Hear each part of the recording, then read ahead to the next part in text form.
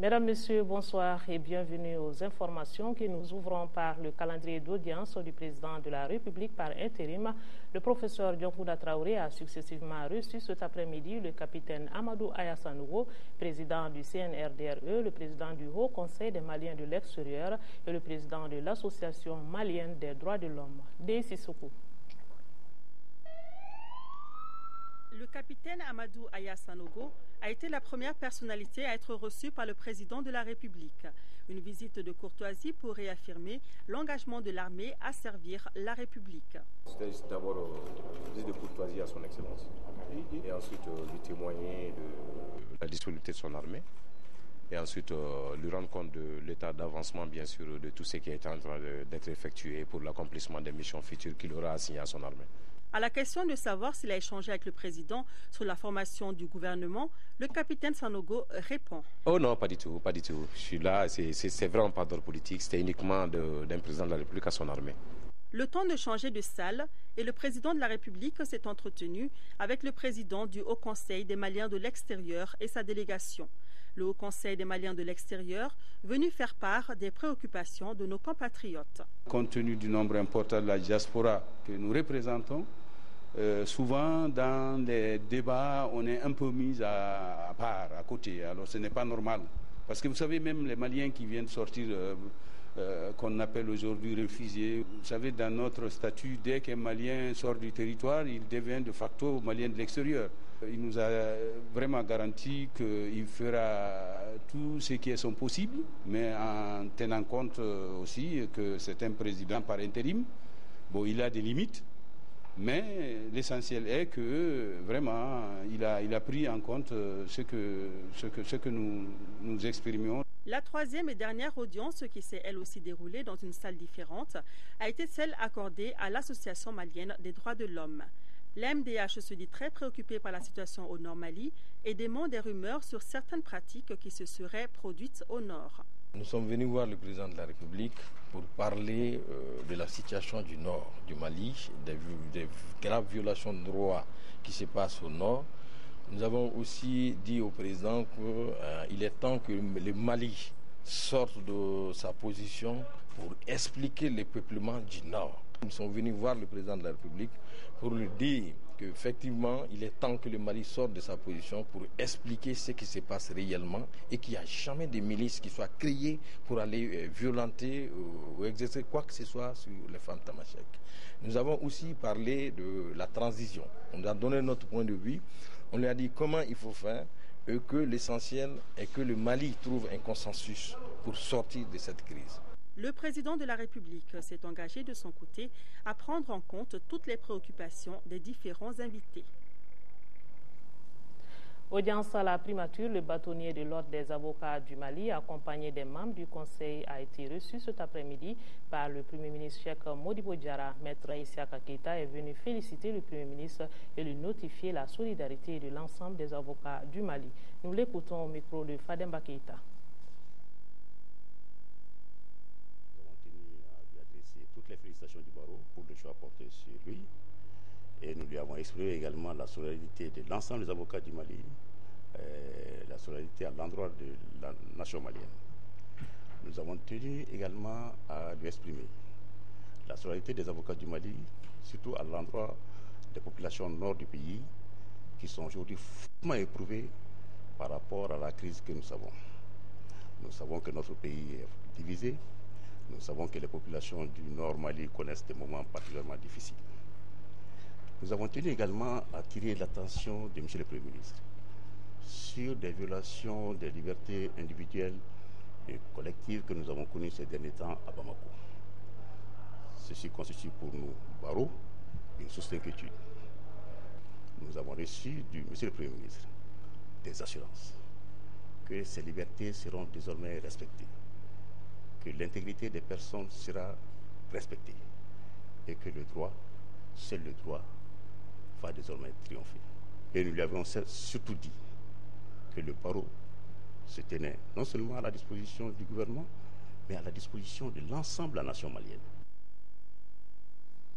On va rappeler de passage que le comité exécutif national du CNJ salue la nomination du docteur Cheikh Modibo Diarra comme Premier ministre. Maintenant, ce message d'espoir de l'adjudant-chef Maman Oumar Soumaré, à la retraite depuis 4 mois seulement. Tant qu'il y a de l'espoir, tant qu'il y a de la vie plutôt, il y a de l'espoir. Il garde espoir de voir demain tout le Nord Mali libéré des occupants rebelles. Pour faire passer ce message aux populations, il a fait le trajet Goundam-Bamako à moto au péril de la vie. Nous l'écoutons au micro de Alassane Souleymane.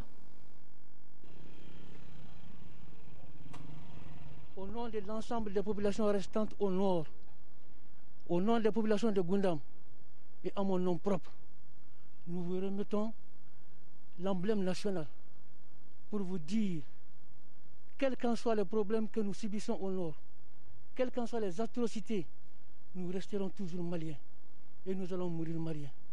Nous sommes prêts à verser notre sang pour la reconquête des régions nord du Mali. Mon capitaine, merci. Au nom de toutes les populations du Nord, vous avez le drapeau. Vous avez parcouru cette distance-là, Goundam-Bamako en moto. Comment ça s'est passé et surtout pourquoi vous l'avez fait? Le jeudi, je ne sais pas, je l'ai pris. On est monté sur la dune, descendre dans le fleuve, traverser les jardins, aller à Kanay, de Kanay à Arham. Arham, on est parti à Bourem. De Bourem, on est parti à Douta. Douta, on a traversé. Sans arriver à Tombouctou, sans arriver à Diré. De là, on est parti à Haïbongo. De Haïbongo, Sarayamou. Sarayamou, on est venu rencontrer le goudron entre Konna et Douanza. Et puis on est monté. C'est comme ça qu'on est venu. Donc vraiment, c'est une façon de reconnaître l'acte du capitaine. Donc ce voyage, vous l'avez entrepris de jeudi à lundi aujourd'hui? De jeudi à lundi aujourd'hui. De jeudi à lundi aujourd'hui. Qu'est-ce que vous avez fait pour vivre, pour tenir sur le trajet? Bon, nous sommes les militaires, avant tout d'abord.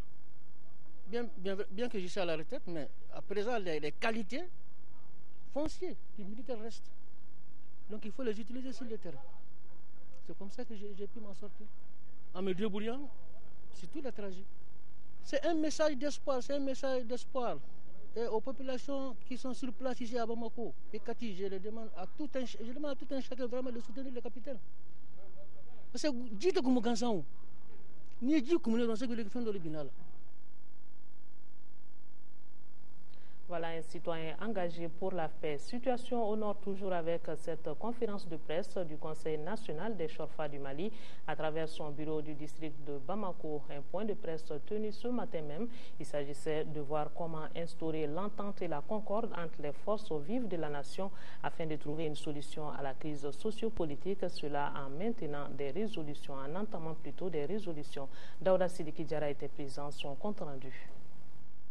Le Conseil national des Chorfa du Mali entend désormais jouer sa partition dans la crise qui secoue actuellement notre pays. Des dirigeants de cette association musulmane l'ont fait savoir au cours d'une conférence de presse tenue ce lundi à la Maison de la Presse.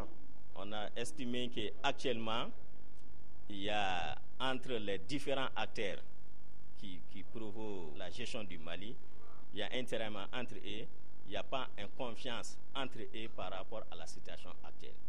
Étant fils du pays, on ne peut pas ignorer d'être à l'instant sans dire notre idéologie, sans penser ce que nous devrons faire pour contribuer à l'apaisement de notre pays. La presse a été entretenue sur 3 thèmes, notamment la crise socio-politique au Mali, la place et le rôle des associations religieuses et la crise au nord du Mali. Le Conseil national des Chorfa du Mali, à travers son bureau du district de Bamako, pour une sortie de crise, préconise la concertation et le dialogue entre les forces vives de la nation, cela dans un bref délai pour instaurer l'entente et la concorde entre les acteurs nationaux. Le CNCM, selon le modérateur spirituel du bureau du district de Bamako, conférencier du jour, mettra tout en œuvre pour informer les chefs religieux afin de trouver des voies idoines visant à circonscrire cette crise. Pour lui, les chefs religieux sont mieux indiqués pour trouver en toute impartialité une solution à cette crise sociopolitique. Le Conseil national se donne le droit de se prononcer sur certains problèmes qui touchent les fondements de notre société. Et pour une assistance médico-chirurgicale aux populations déplacées et résidentes des régions du nord du Mali, le Conseil national de l'Ordre des médecins du Mali a ouvert une liste des volontaires à l'intention de tous les agents de santé du Mali pour les régions du nord. Ils pourront donc s'adresser aux différents présidents du Conseil national régional de l'Ordre des médecins de Kay, Koulikoro, Sikasso, Ségou et Mopti.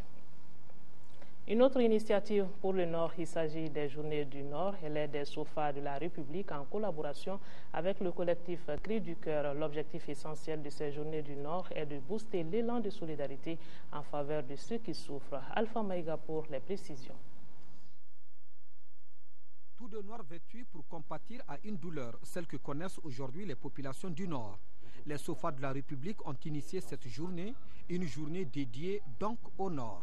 C'est donc tout naturellement que nous avons initié ces journées qui ont pour objectif d'entretenir et de booster l'élan national de solidarité en faveur de ceux qui souffrent, mais aussi de leur témoigner notre soutien moral indéfectible. Ces journées, nous l'espérons, vous permettront de ressentir la douleur de nos compatriotes retenus prisonniers en zone occupée.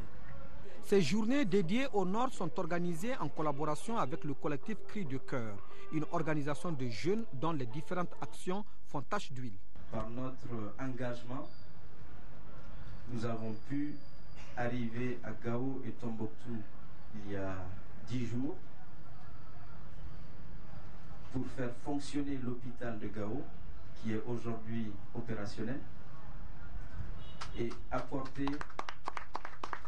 des médicaments et quelques lots de vivres à Tombouctou, qu'on a livré aussi à l'hôpital de Tombouctou. Donc aujourd'hui, notre seule mission d'aide concernant le collectif Cri de Cœur reste l'humanitaire. La seconde caravane que nous souhaitons organiser, nous nous sommes fixé une date pour répartir le vendredi 4 mai. Conférences, débats, expositions photos et vidéos, récits et témoignages, autant d'activités qui vont marquer ces journées. Des journées qui vont durer 2 jours et qui se tiennent au musée du district de Bamako. Les travaux d'élaboration du deuxième plan stratégique de la coalition pour l'accès à l'eau potable, l'hygiène et l'assainissement, CAEFA, ont débuté ce matin ici à Bamako. La rencontre de 5 jours doit faire le bilan du premier plan stratégique qui couvrait la période 2007-2011. L'exercice consiste d'une part à voir comment renforcer les acquis de ce plan et d'autre part proposer des pistes d'action pour résoudre des difficultés rencontrées. Ramata Kounati pour le compte rendu. L'insalubrité gagne du terrain au Mali et les populations connaissent des difficultés d'approvisionnement en eau. Face à cette situation, la CAEFA et ses partenaires revisitent leur méthode de plaidoyer lobbying en vue de faciliter l'accès de tous les Maliens à l'eau potable, l'hygiène et l'assainissement. La rencontre de 5 jours, ouverte pour la circonstance, fait le bilan du premier plan quinquennal de la CAEFA qui couvrait la période 2007-2011. L'exercice consiste à revoir notre plan stratégique, à le revisiter évidemment, à voir les insuffisances, mais aussi à voir les acquis que nous avons et à planifier de quelle manière nous pouvons les renforcer. En termes d'acquis aussi, nous avons pu renforcer nos organisations membres qui au niveau local, au niveau déconcentré, arrivent à travailler dans le cadre des EID locaux pour amener justement le niveau décentralisé à comprendre qu'il faut prendre en compte les points de vue des populations qui dépendent d'eux et faire en sorte que leurs préoccupations soient vraiment ressorties dans les PDSEC.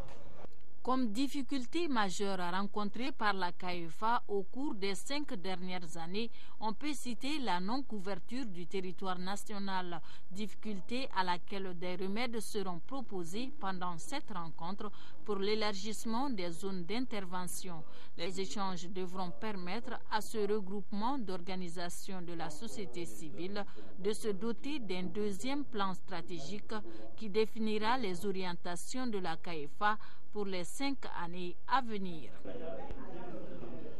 Le ministère de l'Éducation, de l'Alphabétisation et des Langues nationales invite tous les professeurs et recensés des établissements du Nord présents à Bamako à une réunion dans la salle de réunion de l'ILAB demain près de l'ex-Sénat, demain mardi 24 avril 2012 à partir de 14h.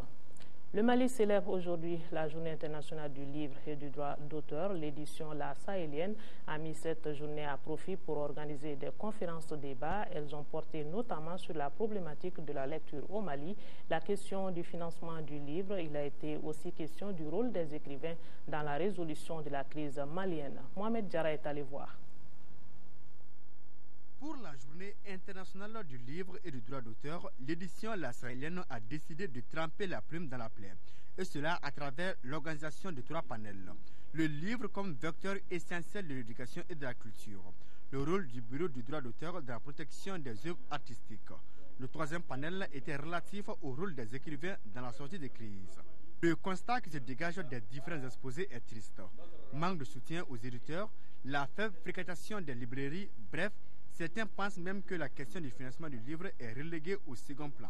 Parce que les moyens qu'il faudrait donner à l'école pour que les enfants aient de très bons apprentissages, avec de véritables bibliothèques, avec des auteurs qui entrent au programme de manière plus conséquente. Face à cette situation, 2 mouvements viennent de voir le jour. Le mouvement Mali Valeurs et le bureau PEN Mali. Ils ont pour rôle la défense des intérêts des écrivains. Cette initiative vient s'ajouter à d'autres déjà en cours. C'est vrai que l'atteinte de l'objectif 0 équivaut à la recherche de la pierre philosophale. Mais nous faisons tout pour réduire au minimum possible les phénomènes de la piraterie des œuvres littéraires et artistiques dans notre pays. Ainsi, pour encourager les écrivains et éditeurs dans la publication des ouvrages et promouvoir la lecture, il est indispensable de signer la Convention de Florence. On s'est toujours battu pour que l'accord de Florence et ce protocole de Nairobi soient signés par l'État malien pour exonérer le livre et les intrants du livre. Malheureusement, pour des raisons propres au ministère des Finances, la chose traîne, mais on se bat toujours pour que ça puisse aboutir. Autre sujet qui s'est invité dans les débats, la crise dans le nord du Mali. L'ancien ministre de la Culture ne comprend pas le silence des écrivains sur la crise du Nord. Quelle a été notre part de responsabilité? Avons-nous écrit? Les écrivains qui ont cette capacité d'éclairer les autres et même de tracer les voies de sortie de crise à la réflexion, peu de choses ont été faites dans ce sens-là. Rien ne peut donc expliquer ce silence, surtout quand on sait que la plume est une arme redoutable qui peut fédérer les cœurs et les esprits. Une nouvelle moins gaie, une pirogue a chaviré hier soir au bord du fleuve Niger vers le quartier Badalabougou. Bilan 12 morts, 3 corps portés disparus. On ignore encore les causes du drame. Les occupants de la pirogue étaient tous des jeunes. Les corps déposés à la morgue de l'hôpital Gabriel Touré ont été remis aux parents des victimes, excepté un seul. Alpha Maïga pour le compte rendu. La nuit du dimanche 22 avril 2012 marquera tristement plus d'un esprit au niveau de la brigade fluviale de Bamako. Et pour cause, un événement tragique. En effet, une pirogue dont on ignore le nombre des occupants a chaviré ce dimanche soir et le bilan est très lourd. Aussitôt informé, nous avons dépêché une équipe sur place, une équipe de secouristes et une équipe de prise en charge qui a été montée au niveau de l'unité. Et nos recherches ont prouvé qu'effectivement il y a eu chavirement de pirogues. Et nous avons retrouvé, à la date d'aujourd'hui, nous avons pu retrouver 12 corps, dont 4 filles. Et les recherches continuent à présent. Nous recherchons encore 3 corps. Tous les corps ont été admis ici à la morgue de l'hôpital Gabriel Touré. À notre passage, les 11 corps avaient été enlevés par les parents. Un seul corps était resté sur place. La moyenne d'âge varie entre les 18 et 30 ans. C'est des jeunes qui étaient partis se détendre sur les berges. Ils avaient affrété une pirogue. Chemin faisant pour atteindre l'autre berge, le navire a chaviré avec ses occupants. On ignore encore les circonstances du drame. Toutefois, étant donné que nous sommes en période de forte chaleur, les berges du fleuve Niger sont beaucoup sollicitées par les uns et les autres pour se détendre. La prudence doit donc être de mise. Cérémonie de passation de service ce matin à la direction de la gendarmerie nationale entre le directeur sortant, le général Madibou Kamisoko, et le colonel Djamou Keïta, le nouveau directeur. Vous le voyez sur les images. S'ouvre cette cérémonie qui consacre la prise de commandement du tout nouveau directeur de la gendarmerie nationale, a regroupé plusieurs personnalités de ce corps d'élite. On notait ainsi la présence des membres de l'amicale des gendarmes et des éléments de la coopération française. Dans son adresse, le colonel Djamou Keïta a invité les 5000 agents de la gendarmerie nationale à se donner la main pour faire de ce corps un véritable corps d'élite respecté et respectable. Voilà donc cérémonie de passation de service ce matin à la gendarmerie. Le village de Gouka, dans la commune de Samé, en première région, a son nouveau centre de santé communautaire. Il a été inauguré dimanche dernier. Coût de réalisation 48 millions de francs CFA, entièrement financé par l'Association pour le développement du village de Gouka en France. De cas et les précisions de Kansutu Kanouti. Nous sommes ici à Gouka, village soninké situé à 63 km de Kaye, dans la commune de Samé-Djongoma. Ce dimanche 22 avril 2012 est un jour pas comme les autres pour les habitants de ce village créé il y a 111 ans. Ils viennent d'avoir leur propre CSCOM, centre de santé communautaire, financé à hauteur de 48 millions de francs CFA par l'association Développement Village de Gouka, qui regroupe en son sein 120 ressortissants du village de Gouka en France. Cette bâtisse, qui a été bâtie sur une superficie de 360 mètres carrés, est composée de salles de consultation, de soins, d'hospitalisation, d'accouchement. La réalisation de cette infrastructure s'inscrit dans la logique du programme de l'association de développement de Gouka, d'où le but est de promouvoir toute activité successible, d'aider la population du village de Gouka à travers les différents projets sanitaires, éducatifs, culturels, socio-économiques, adduction d'eau potable. Pour le préfet adjoint du SEC de Kaye, Amadou Belkoba, cette œuvre résulte d'une solidarité agissante des populations et de la diaspora. Le maire de la commune de Samé-Djongoma, Moussa Ngolo Traoré, Mamadou Koudeji Keïta, le chef de village de Gouka, Simbala Dramé, ont tous remercié ces dynamiques ressortissants du village de Gouka en France qui ne sont pas à leur première réalisation, car auparavant ils avaient construit pour le village une mosquée d'une valeur de plus de 200 millions de francs CFA. Le médecin-chef du CRCRF de Kaye, Bakary Dambélé, a quant à lui promis d'aider les populations de Gouka en matériel de santé et en personnel soignant. A rappelé que ce nouveau centre de santé communautaire de Gouka portera désormais le nom de Fodessi Sédramé, un notable du village qui a bien voulu offrir le terrain sur lequel a été construit le 10e COM. Ce qui nous amène au sport. Championnat national de Ligue 1 en 18e journée. Les 11 créateurs de Nyarila ont battu l'AS Real par 3 buts à 1. Auparavant, le Stade malien avait gagné par 5 buts à 0 devant l'ASB. Le compte rendu avec Abdul Karim Kaba. À quelques jours de 8e de finale de la Ligue des Champions, le Stade malien de Bamako affronte l'association sportive de Bamako ASB en 18e journée du championnat national.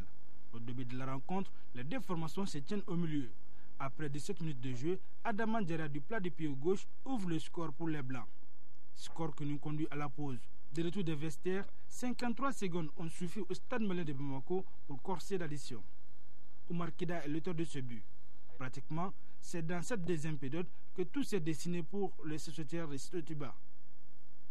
82e minute, après plusieurs tentatives, Abdullah Sissoko, entré en cours de jeu, inscrit le 3e but des 3 Caïmans. À 4 minutes de la fin, Bakary Dambélé marque le 4e but des Blancs de Bamako. Dans les arrêts de jeu, Cheikh Mohamed Sherif Doumbia permet au Stade malien de Bamako de réussir la Manita, donc le 5e but. Le Stade s'impose donc par le score de 5 buts à 0 face à l'ASB. La seconde opposition a mis aux prises l'AS Real en noir et blanc et les 11 créateurs de Nyarila. Ce match est rythmé entre le 12e et le 11e au classement. Après 9 minutes de jeu, Hamidou Sinayogo est faussé dans la surface par Mustafa Kondo. Hamidou Sinayogo lui-même exécute la sentence. Mené, le Real tente de revenir vite. 23e minute, Daniel Peter Ibé, un véritable maître, égalise pour l'AS Real, mettant un but partout. En seconde période, les créateurs ne laissent rien. 66e minute, sur un coup franc, le nouvel entrant, Koke Kanadjigi, double la mise pour l'équipe de Nyarela. Quelques minutes plus tard, soit 73e minute, Jean-Paul Oulaï du Real sort pour 2 jaunes. Une minute après, Hamidou Sinayogo inscrit son deuxième but personnel, le troisième des 11 créateurs de Nyarela. Visiblement impuissants, les Scorpions perdent ainsi ce match de la 18e journée du championnat national par 3 buts à 1 devant les 11 créateurs de Nyarela. Une mauvaise prestation des Noirs et Blancs avant la sortie africaine du week-end prochain. Justement, le week-end sera marqué par les matchs allés des 8e de finale des compétitions continentales des clubs. Les 4 formations maliennes concernées, le Stade malien, le Djoliba AC, les COB et l'AS Real ont reçu des équipements offerts par la Fédération malienne de football et Orange Mali, un geste qui constitue une marque de solidarité envers ces clubs. Khalifa Nama Traoré. La Fédération malienne de football et son partenaire Orange Mali entendent accompagner les 4 clubs engagés dans les compétitions africaines vers d'autres succès. Après la bonne performance du premier tour, le Stade malien de Bamako et le Djoliba AC en Ligue des Champions, le club olympique de Bamako et la AS Real en Coupe de la Confédération veulent surtout franchir l'étape des 8e de finale. Les équipements qu'ils viennent de recevoir constituent en soi un signe d'encouragement de la part de l'instance sportive et de son sponsor. Il s'agit de 30 survêtements pour chaque club, autant de polos et de tenues de loisirs. Les 4 clubs engagés en compétition africaine qui ont fait un carton plein. Donc on leur renouvelle toutes nos félicitations. Mais tout cela a été possible grâce à l'accompagnement de nos partenaires Orange qui, depuis plusieurs années, s'engagent à nos côtés pour que vraiment notre sport en général et le foot en particulier se développe. Et ces équipements qui sont là vont renforcer un peu l'image de marque de nos équipes.